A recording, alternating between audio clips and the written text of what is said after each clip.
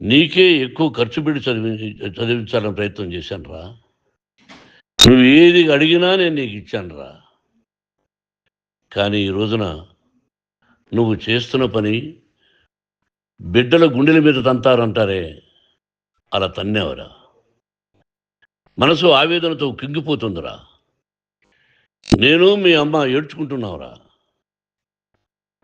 Journalism ఉన్నది లేనిది, లేనిది ఉన్నట్టు రాస్తున్నారా. నువ్వు నన్ను కొట్టడం ఏంట్రా? నా బిడ్డ నన్ను తాకలా. ఇద్దరం ఘర్షణ పడ్డాం కొన్ని కారణాల వల్ల. ప్రతి ఫ్యామిలీలోనూ ఉంటాయిరా ఇవి. లేనివాడు ఎవరైనా ఉంటే ప్రపంచంలో ఒకరున్నారేమో, 1% ఉంటుందేమో. అటువంటి వాళ్ళ ఇంటికి వెళ్ళి కాళ్ళు గడిగి నిద్ర పూసుకోవచ్చు. భారత భాగవత రామాయణాలు చూశావు కదరా. ఏమిటిది? మీ అమ్మ ఎంత కుమిలిపోతుంది ఈ రోజున హాస్పిటల్ చేరింది. నీ వల్ల హాస్పిటల్ చేరుతాను.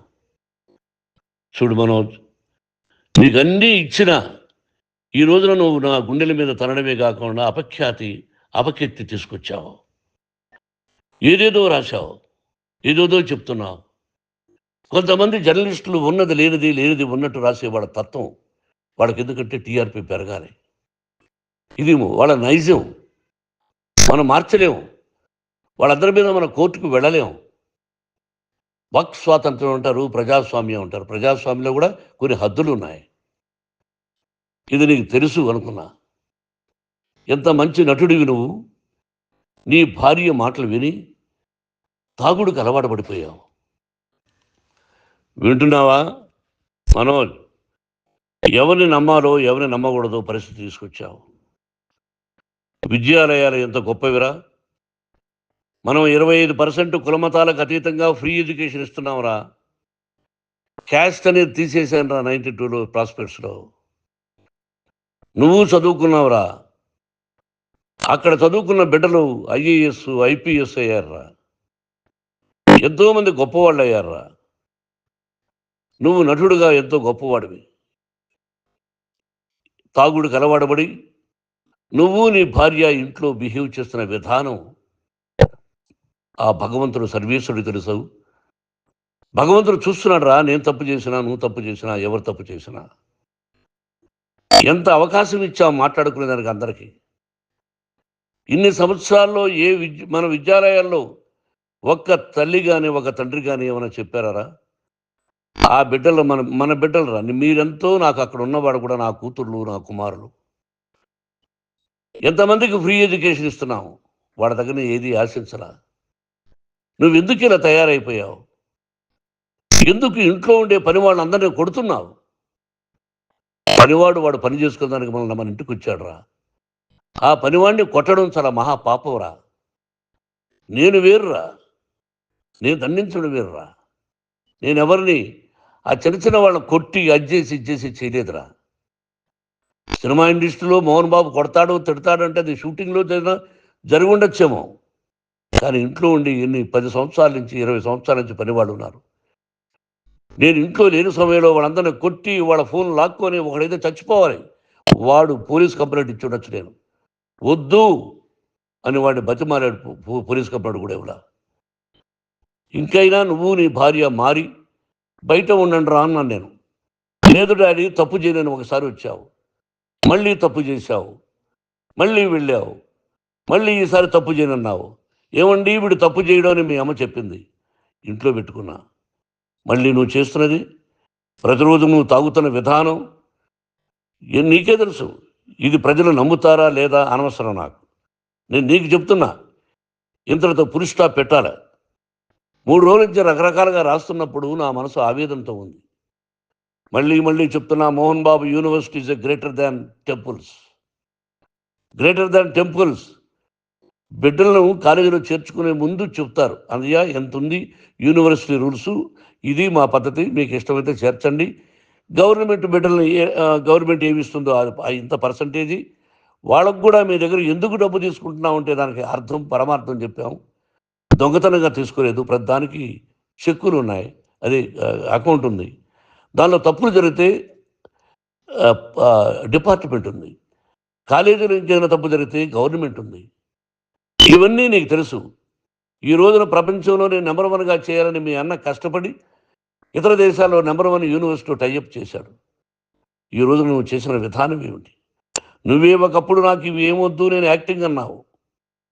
ఈ రోజున ఏం చేస్తున్నావు? విద్యాలయాల మీద పడ్డావు. తల్లిదండ్రులు చాలా గొప్పవాళ్ళరా. కొంతమందికి డబ్బు కట్టలేకపోవచ్చు, కట్టని వాళ్ళకు కొంత సహాయం చేసావు. అంతా సహాయం చేయలేము. బ్యాంకుల్లో డబ్బు కట్టాలి, లెక్చరర్స్కి డబ్బులు ఇవ్వాలి, యూనివర్సిటీ బ్రహ్మాండంగా నడపాలంటే మంచి లెక్చరర్స్ కావాలి. ఇవన్నీ తెలిసి చేస్తున్నావురా 32, 33 సంవత్సరాల నుంచి. అది పక్కన పెడితే అందరినీ కొట్టడానికి వస్తావు. మీ అన్నం తిడతావు.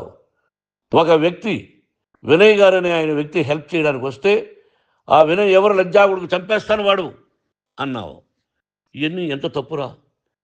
అంటే మీ నాన్నగారికి ఎవరు సహాయం చేయడానికి వస్తే వాళ్ళందరినీ లజ్జాగుడుకులు అంటావు, చంపేస్తానంటావు. మీ అన్నను చంపేస్తానన్నావు. చంపరా చూద్దాం మీ అన్న. నేనే అన్నా. తాకరా నీ ధైర్యం ఉంటే అన్నా. ఎంతమందిని చంపాలనుకుంటున్నావు? ఎంతమందిని చేయాలనుకుంటున్నావు? నువ్వు ఏం సాధించాలనుకుంటున్నావు? ఆలోచించుకో. ఈ ఇంట్లోకి అడుగు పెట్టడానికి నీకు అధికారం లేదు. ఇది నా కష్టార్జితం. మా నాన్నగారు 10 రూపాయలు 10 పైసలు కూడా ఇవ్వలేదురా. మంచి జన్మనిచ్చాడు మా నాన్నగారు. మద్రాసుకు వెళ్ళి వీధుల్లో అడుగు తిన్నాను రా. ఒక పూట కూడా భోజనం లేకుండా అడుగు తిన్నాను రా. న్యాయంగా మోహన్ బాబు తిడతాడు కొడతాడంటారు కానీ మోసగడనం లేదురా. నీట్ పార్లమెంటేరియన్గా బయట వచ్చాను రా. నువ్వు నా పరువు ప్రఖ్యాతులు మంట కలిపావు. ఏమిటి నేను చేసిన అన్యాయం? నీకు జన్మనిచ్చాను, అదా నేను చేసిన పాపం. అందుకే ఇది నా ఇల్లు అన్నావు. నువ్వు నీ ఇల్లు కాదు. నీ కష్టార్జితంతో నువ్వు సంపాదించుకున్న ఇల్లు నీది. ఇది నా డబ్బు, నా కష్టార్జితం. నా కష్టార్జితంలో నేను పిలిస్తేనే మీరు ఇంట్లోకి రావాలి. అటువంటిది పోగొట్టుకున్నావు నువ్వు. ఆస్తులు అంటావా? ముగ్గురికి సమానంగా రాయాలా లేదా అది నా ఇష్టం. ఆస్తులు ఇస్తానా, లేకపోతే గంగపాలు చేస్తానా, లేకపోతే ఎవరికైనా దానధర్మాలు చేస్తానా, అది నాకు సంబంధించిందిరా. నా కష్టార్జితం రా. మీరు చేస్తున్న విధానం గుణగణాలు కావాలరా. మందు తాగచ్చురా. ఎంత తాగాలి? నేను కూడా 1 or 2 పెగ్స్ తీసుకుంటా. ఇది తప్పు కాదు, జనానికి తెలియాలి. నా డబ్బు ఇది. తాగి ఎవరిని కొట్లా. తాగి నేను తింటున్నా. అది ప్రజలకు అక్కర్లా. నేను తప్పు చేస్తేనే ప్రజలకు కావాలా. ఇవన్నీ ఉన్నాయిరా. ఇవన్నీ తెలుసుకో. జర్నలిస్ట్ సోదరులారా, మీకు నా గతాన్ని తెలుసు, నా భవిష్యత్తు, నేను ఎక్కడి నుంచి వచ్చాను కూడా మీకు తెలుసు. ఈ రోజున మీరు రాస్తున్న విధానం, నా బిడ్డ నన్ను కొట్టాడన్నారు. ఎంత తప్పు! ఈ రోజున నా బిడ్డ మీద కోపంతో అవును చెప్పచ్చు. కాదు, వాడు నా మీద చెయ్యెత్తలేదు. నేను ఘర్షణ పడ్డాం. ఘర్షణ వేరు, కొట్టుకోవడం వేరు. గాయాలతో హాస్పిటల్కి వచ్చి కుంటుకుంటుగా నడిచాడు. మళ్ళీ ఏమని పోలీస్ స్టేషన్కి వెళ్ళి చెప్పాడు. ఎవరో 2 ఉన్నారు, వాళ్ళిద్దరూ నా మీద దాడి చేశారన్నాడు. నా ఇంట్లో పనిచేస్తున్న వ్యక్తుల గురించి పోలీస్ స్టేషన్కి వెళ్ళి చెప్పవలసిన అవసరం అతనికి లేదు, హక్కు లేదు. పోలీస్ డిపార్ట్మెంట్ కూడా తెలుసుకోవాల్సిన విషయం. నా ఇంట్లో ఉండే వర్కర్స్ మీద నేను కంప్లైంట్ ఇవ్వాలి. నువ్వు పర్మిషన్ లేకుండా నా ఇంట్లోకి నువ్వు చొరబడి ఇల్లు నాదంటూ ఇంట్లో పనిచేస్తున్న వర్కర్స్ మీద కంప్లైంట్ ఇచ్చావు. అది ఎంతవరకు పోలీసు న్యాయమో రూల్సో చూద్దాం.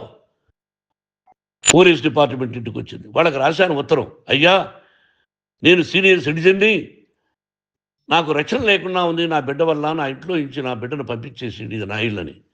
వాళ్ళు నాకు సమాధానం ఇవ్వలేదు. ఇవ్వకపోగా ఎవరిని పట్టించుకోలేదు. ఇప్పుడు పోలీసు వాళ్ళు వచ్చి ఏమండి రూల్స్ ప్రకారం నా బిడ్డ ఇంట్లోకి రాకూడదంటే మాకు హయ్యర్ అథారిటీ వాళ్ళు ఫోన్ చేశారు. మీరు ఎవరిని స్టాప్ చేయొద్దండి, బయట నుంచి ఎవరైనా వస్తే వాళ్ళని స్టాప్ చేయండి అన్నారు. 2 రోజుల నుంచి 10 మంది 20 మంది వస్తున్నారు. వాళ్ళు అలా చూస్తూ నిలబడ్డారు. వాళ్ళు ఫోటోలు తీసుకున్నారు. వాళ్ళ మీద మళ్ళీ వదిలేస్తున్నారు. ఎవరిని నిందించాలి? But I give respect to the police department.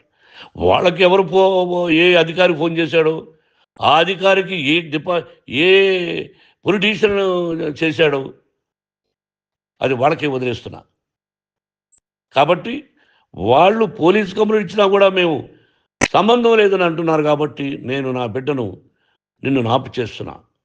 నువ్వు ఇంట్లోకి వచ్చే అధికారం నీకు లేదు. నువ్వు వచ్చి నీ బిడ్డను తీసుకెళ్ళు. సంతోషం. నువ్వు రాలేదు, నీ బిడ్డను జాగ్రత్తగానే చూసుకుంటావు.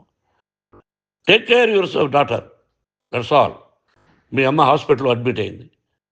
రేపో ఎల్లుండో మీ అమ్మని పిలిపించి బాగైన తర్వాత ఇదిగో నువ్వు నీ కొడుకు బిడ్డను తీసుకెళ్ళి వాడికి అప్పచెప్పని చెప్తాను పోలీసు వాళ్ళ ఆధ్వర్యంలో.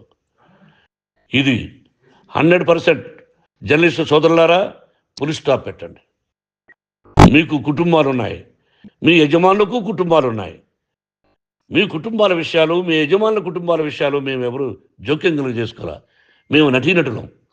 మాది తప్పుంటే నటుడుగా నన్ను ఫెయిల్యూర్ అని రాయండి, నా నటన బాగలేకపోతే రాయండి. బట్ ఇంటి లోపల సందులో నుంచి చూస్తూ తప్పు చేస్తున్నామని ఉన్నది లేనిది లేనిది ఉన్నట్టు రాయకండి. మీకు నా హృదయపూర్వక నమస్కారాలు. ఇన్ని రోజులు హృదయపూర్వకంగా ఎంకరేజ్మెంట్ చేశారు. ఆ ఎంకరేజ్మెంట్కు నమస్కారం చేసుకుంటూ I love you all. I love you police department. మీరు న్యాయంగా ధర్మంగా నడుచుకోండి, ఎవరికి తొత్తుల్లాగా ఉండొద్దండి అని మనవి చేసుకుంటూ నేను సెలవు తీసుకుంటాను. Thank you very much for all the journalist. ఇక్కడ పులి స్టాప్ పెట్టండి, పులి స్టాప్ పెట్టండి. Thank you very much.